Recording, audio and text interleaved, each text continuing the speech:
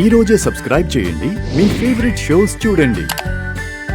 Doctor గారు, మరి కంద దుంప అన్నది చాలా రుచికరంగా ఉంటుంది. దానికి మసాలా దట్టించి వండితే మాత్రం అద్భుతంగా ఉంటుంది. ప్రకృతి వైద్య విధానంలో ఈ చిల్లీ ఫ్రై తయారు చేసుకునే విధానం ఏంటో ఒకసారి చూపిస్తారా? అసలు ఈ మాట చెప్తే ప్రకృతి వైద్య విధానంలో కంద వ్యతిరేకం. న్యాచురోపతిలో అసలు వాడకూడదు. ఓకే. అట్లాగే ఏ దుంపలో వాడకూడదు. మ్మ్. గోంగూర, వంకాయ కూడా వాడరు అసలు ప్రకృతి వైద్యంలో. కానీ ఉప్పు వేసి పెట్టేటప్పుడు వీటన్నిటితో సమస్యలు వస్తున్నాయి. మ్మ్.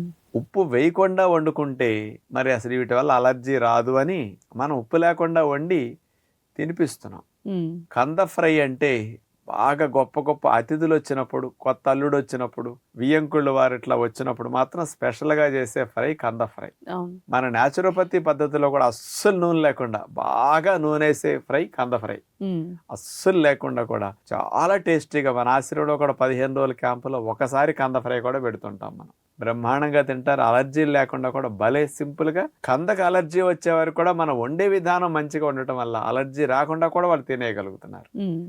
అలాంటి స్పెషల్ కంద ఫ్రై చూడండి. కంద ఫ్రెంచ్ ఫ్రై తయారు చేయడానికి కావలసిన పదార్థాలు: ఫ్రెంచ్ ఫ్రై స్టైల్లో కట్ చేసుకున్న కంద ముక్కలు 1/2 కప్పు, శనగపిండి 2 టేబుల్ స్పూన్లు, ముడిబియ్య పిండి 2 టేబుల్ స్పూన్లు, కార్న్ఫ్లోర్ 1 టేబుల్ స్పూన్, నిమ్మరసం 1 టేబుల్ స్పూన్, తేనె 1 టేబుల్ స్పూన్, జీలకర్ర పౌడర్ 1 టీ స్పూన్, కాశ్మీరీ మిరపకాయల కారం 1 టీ స్పూను, మేగడ 1 టేబుల్ స్పూను, పసుపు కొద్దిగా, చాట్ మసాలా కొద్దిగా.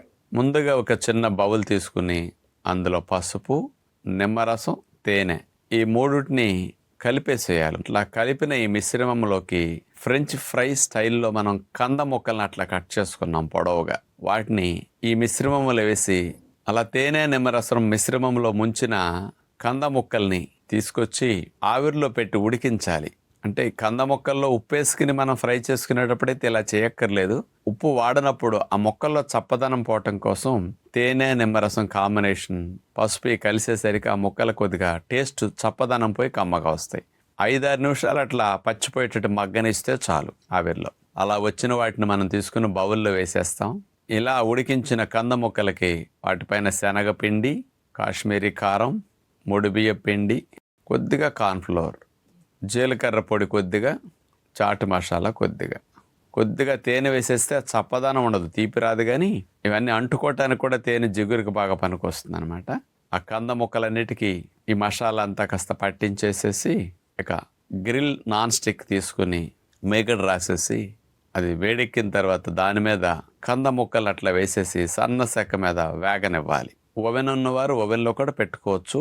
చాలా బాగా ఫ్రెంచ్ ఫ్రైస్ ఎలా ఇష్టంగా తింటారో కందను కూడా ఫ్రెంచ్ ఫ్రై స్టైల్లో సేమ్ చేసుకుని, ఆలూని అట్లా చేసుకున్నట్టే కందను కూడా చేసుకుంటే ఇది ఇంకా స్పెషల్ టేస్ట్ ఉంటుంది. ట్రై చేసి చూడండి. పిల్లలు బ్రహ్మాండంగా ఇష్టంగా తింటారు దీన్ని కూడా.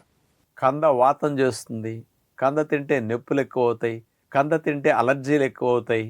ఇవన్నీ ఉప్పు ఎక్కువ పడటం, అందులో చింతపండేసి ఎక్కువ చేస్తున్నందువల్ల వచ్చే సమస్యలే తప్ప మ్మ్. అది లేకుండా వండుకుంటే ఇలాంటివి ఏమీ కాదు. అలాంటివి ఉన్నవారు కూడా ఇలా వండుకు తినండి. అలాంటి సమస్యలు రాకుండా మీకు ఉంటాయి. దురద లేని కంద చూసి మరీ కొనుక్కుని వాడుకోండి. మ్మ్. ఇట్లాంటి ఇబ్బందులు రాకుండా ఉంటాయి.